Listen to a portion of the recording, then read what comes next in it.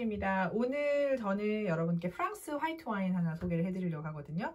지역은 루아르고요. 루아르는 프랑스에서 서쪽으로 한 1시간 반 정도 차나 기차로 가면 있어요. 루아르는 고성들이 굉장히 많은 곳으로 아름다운 정원이고, 그래서 자르댕 들라 프랑스라 해서 프랑스의 정원으로도 불리울 정도로 너무나 아름다운 프랑스식 정원과 성이 있는 곳이죠. 그 강이 한 800km 정도, 그 강을 따라서 포도밭들과 성들이 이렇게 쭉 나열이 되어 있고, 굉장히 다양한 종류의 와인들이 생산이 돼요. 그래서 뭐 레드 와인, 화이트 와인, 로제, 뭐 스파클링, 또 뭐 오늘 제가 소개해드릴 그러니까 리컨텍하는 약간 좀 화이트 와인에서 좀 풍미가 있는 그런 와인들 다양하게 소개가 돼서 한 지역의 와인이지만 굉장히 다양한 스타일이 있어서 이렇게 약간 무지갯빛으로 표현을 할 수 있는 그런 지역의 와인입니다. 이 와인 한번 라벨을 읽어볼까요?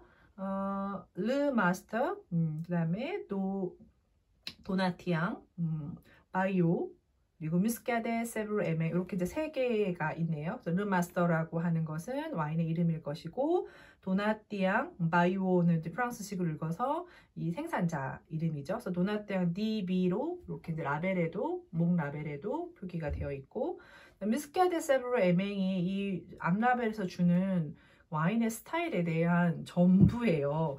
자, 이거 어떻게 읽으면 될까요? 이 와인을.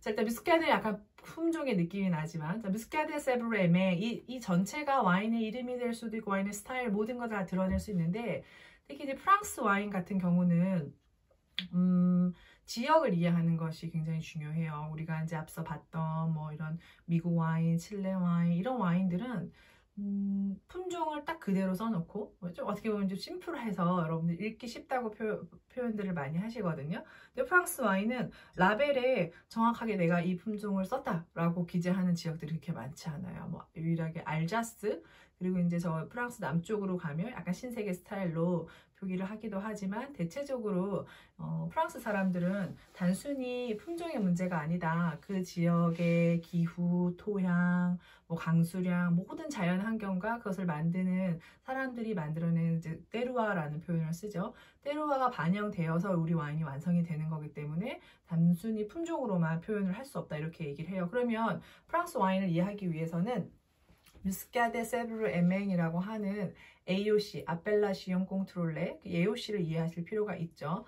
그래서 프랑스 와인을 흔히 이제 공부할 게 좀 너무 많으니까 어려워, 나는 그냥 신세계 와인 마실래, 이렇게 할 수도 있지만, 프랑스 사람들은 아주 오랜 시간 동안, 몇백 년 동안 그 와인의 규정을 만들고 그것을 또 이렇게 그 균일화 시키고, 그래서 그 스타일을 만들어낸 거라서 어떻게 보면 이미 그 뮤스카데 세브르 에맹이라는 걸 내가 지금 당장 알 수는 없지만, 그것에 대한 뭐 구글링을 해본다던가 이랬을 때 자료는 쉽게 찾아볼 수 있어요. 왜냐면 생산자가 달라도 뮤스카데 세브르 에맹에서 취급해야 되는 포도 품종, 또 포도를 키우는 방법, 와인을 양조하는 방법들은 규정화되어 있어서 그런 스타일의 와인들이 나온다, 이렇게 이제 얘기를 하는 거거든요. 자, 그러면 이제 저는 이제 이미 공부를 했으니까 여러분들께 좀 읽어드리도록 하겠습니다. 뮤스카데 세브르 에맹은 일단 포도 품종은 물롱드 부르고뉴예요. 정식 명칭으로 물롱드 부르고뉴의 멜론?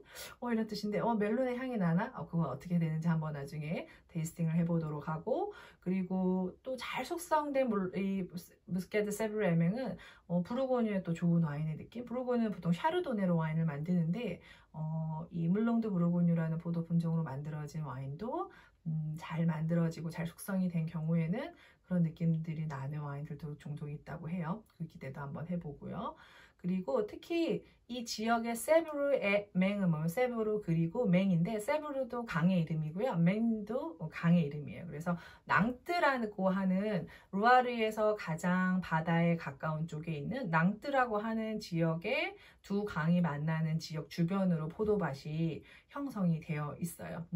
이 지역은 또 이 생산자가 예전에 어린 시절을 보내면서 루아르 지역에 살면서 나도 이 지역을 좀 잘 표현하는 와인을 만들고 싶다. 어린 시절에 집에서 남학신을 만드는 회사를 했다고 해요. 그리고 또 그 쿠퍼라고 하죠. 그 이렇게 배럴, 이렇게 숙성하는 오크통을 만드는 일도 했었고, 그리고 포도밭도 조금 있었고, 워낙 포도밭들이 많았던 지역이라 어린 시절을 그렇게 포도밭 안에서 놀고, 또 강을 따라서 포도 그 오크통이 잘 만들어져서 배송이 되어 가는, 이렇게 흘러가는 모습을 보면서 이 지역을 잘 반영할 수 있는 좋은 와인을 만들고 싶다라는 생각을 했다고 하고요. 그리고 또 그 유럽의 과거의 이 지역의 와인이 영국의 왕실이나 아니면 프랑스의 귀족들한테 굉장히 사랑을 받았던 그런 와인이라고 해요. 그래서 그 시대를 좀 다시 생각을 하면서 조금 더 그런 부흥을 또 기리는 그런 측면에서 굉장히 이 지역의 때루아를 잘 반영하는 프리미엄급의 와인들을 만들고 싶은 것이 이 생산자의 희망이었다고 합니다. 목표였다고 해요.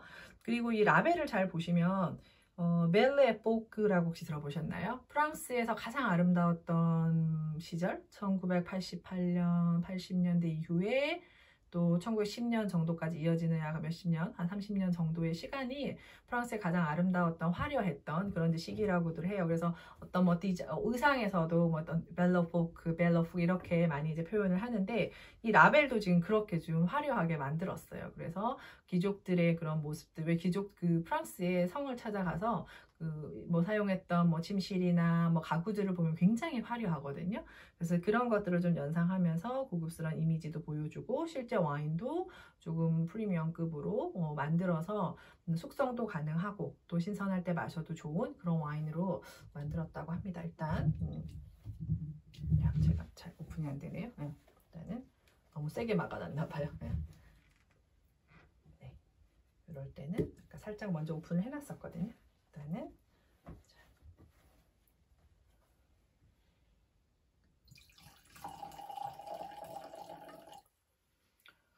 색은 보니까 조금 진한 편인 것 같아요. 일반적인 화이트 와인에 비해서 뭐 그래도 뭐 한번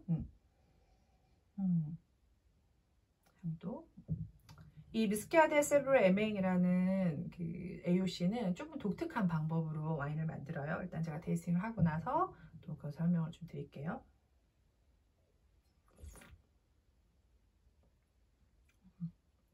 네, 제가 보통 와인을 마시고 나서 입맛을 이렇게 쪽쪽 다시는 경우들이 몇 번 있는데 정말 너무 맛있어서 그래요. 보통 이제 와인에서 감칠맛들이 많이 나기도 하고 그러니까 음식을 먹었을 때도 좀 입맛을 다시게 만드는 건 또 거기에 여러 가지 풍미가 어우러지겠지만 특히 와인에서는 이 신맛이 두드러지면 정말 와인이 맛있게 느껴지고 심지어 이제 그 감칠맛이라는 게 약간 짠맛, 우마미라고도 하는데 이제 그런 것들이 느껴지고요. 특히 이 와인은 지금 아까 제가 강이 두 지역이 만나는 그 지역 주변으로 와인을 포도밭이 있다고 했는데 보통 그런 지역들은 이렇게 그 다양한 종류의 돌들이 모여요. 그리고 이 강이 또 유럽 그 루아르 강으로 이어지고 또 다시 대서양 흘러가 이렇게 이제 되겠죠. 그러면 강 하구 쪽에 이렇게 강이 많이 모여 있는 지역에는 여러 종류의 그 돌들, 그런 것들, 토양들이 이제 종류가 다양하기 때문에 그 토양을 반영하는 그런 느낌들도 있고, 그래서 이제 보통 와인에서는 그런 걸 미네랄 향이라고 표현을 하는데, 뭐 자칫 이제 부식돌을 만졌을 때 내 손에서 나는 향도 그렇게 될 것이고, 여러분 약간 뭐 철분 느낌이 많이 난다 그러면 철봉을 잡았을 때 나는 새 냄새. 그게 하나하나 따로 보면 썩 유쾌한 향은 아니지만, 와인에서는 과일 향이나 이런 것들이 어우러져서 또 좋은 맛을 내기도 해요. 자, 미스키아데 세브르 에맹은 좀 다른 스타일, 다른 일반적인 와인들과 조금 다르게 만드는 그런 와인의 스타일을 말씀드렸는데, 그게 뭐냐면 보통 와인은 포도를 으깨고 그 주스를 효모를 첨가하기도 하고 또 자연 효모가 돼서 발효하기도 하는데, 발효가 끝나고 나면 그 효모 찌꺼기가, 발효가 다 끝난 다음에 효모 찌꺼기가 남게 돼요.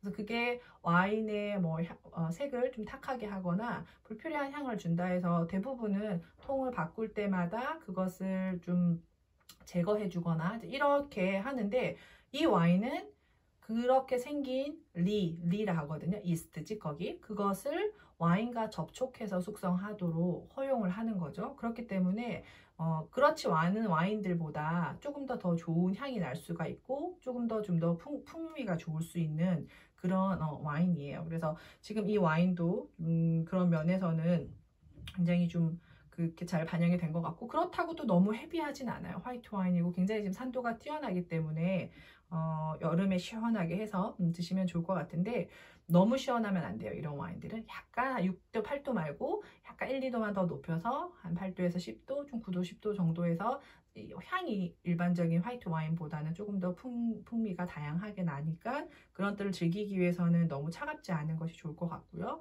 또 어떤 음식들이 좋을까요? 바닷가니까 아무래도 씨푸드, 만약에 그 지역에 가서 음식을 먹는다면 씨푸드 괜찮을 것 같은데 또 이 지역에 굴 되게 유명하고요. 그리고 생선 같은 것도 좋겠죠. 근데 이게 되게 제가 새콤하다고 말씀드렸잖아요. 산도가 되게 좋아요. 그러면 생선 요리 중에서도 좀 그릴에 구우면 더 맛있을 것 같아요. 이 와인이랑 마시기에는. 또는 생선을 구워서 약간 그 크림 소스 같은 거 그런 거 곁들여줘도 너무 좋을 것 같아요. 그래서 그런 것도 생각해보고, 만약에 한국에서 이 와인을 마신다면 음식은 저는 다양한 종류의 전도 괜찮은데 생선전 같은 거 너무 좋을 것 같고, 간단하게 저는 육전 있죠. 육전 고기 소고기 얇게 해서 그런 거랑 먹어도 좋을 것 같은데, 보통 우리가 그거를 이렇게 초간장이나 이렇게 새콤한 맛을 더하는 거랑 이렇게 곁들여서 초간장 또는 우리가 뭐 파전 같은 거는 이렇게 초고추장에 찍어 먹기도 하잖아요. 그 새콤한 맛이 약간 느끼함을 감소시켜주면서 야채 또는 뭐 그 재료와 어우러지는데, 만약에 여러분 이 와인을 드신다면 그 양념이 필요가 없죠. 이게 양념과 같은 역할을 하고 또 맛있는 뭐 대구전이나 명태전 이런 거 구워서 같이 한 잔 드시면 좋을 것 같아요. 보통 우리가 전을 생각하면 막걸리 떠올리시는데, 자, 이 와인은 한국의 전과 너무 잘 어울릴 것 같습니다. 그 생산자의 철학이 잘 담겨 있는 것 같고요. 그리고 또 루아르는 이 와인뿐만이 아니라 이 생산자도 다양한 지역의 와인들을 생산하고 있어요. 그래서 이 생산자가 만들어내는 지금 도나티앙 바이오 생산자의 와인도 다른 기회에 또 한번 맛보실 수 있으면 좋으실 것 같고요. 오늘은 와인 읽어드립니다에서 르 마스터, 마스터라는 와인으로 여러분께 인사를 드렸습니다. 다음 시간에 또 좋은 와인으로 여러분들께 와인 읽어드리겠습니다. 감사합니다.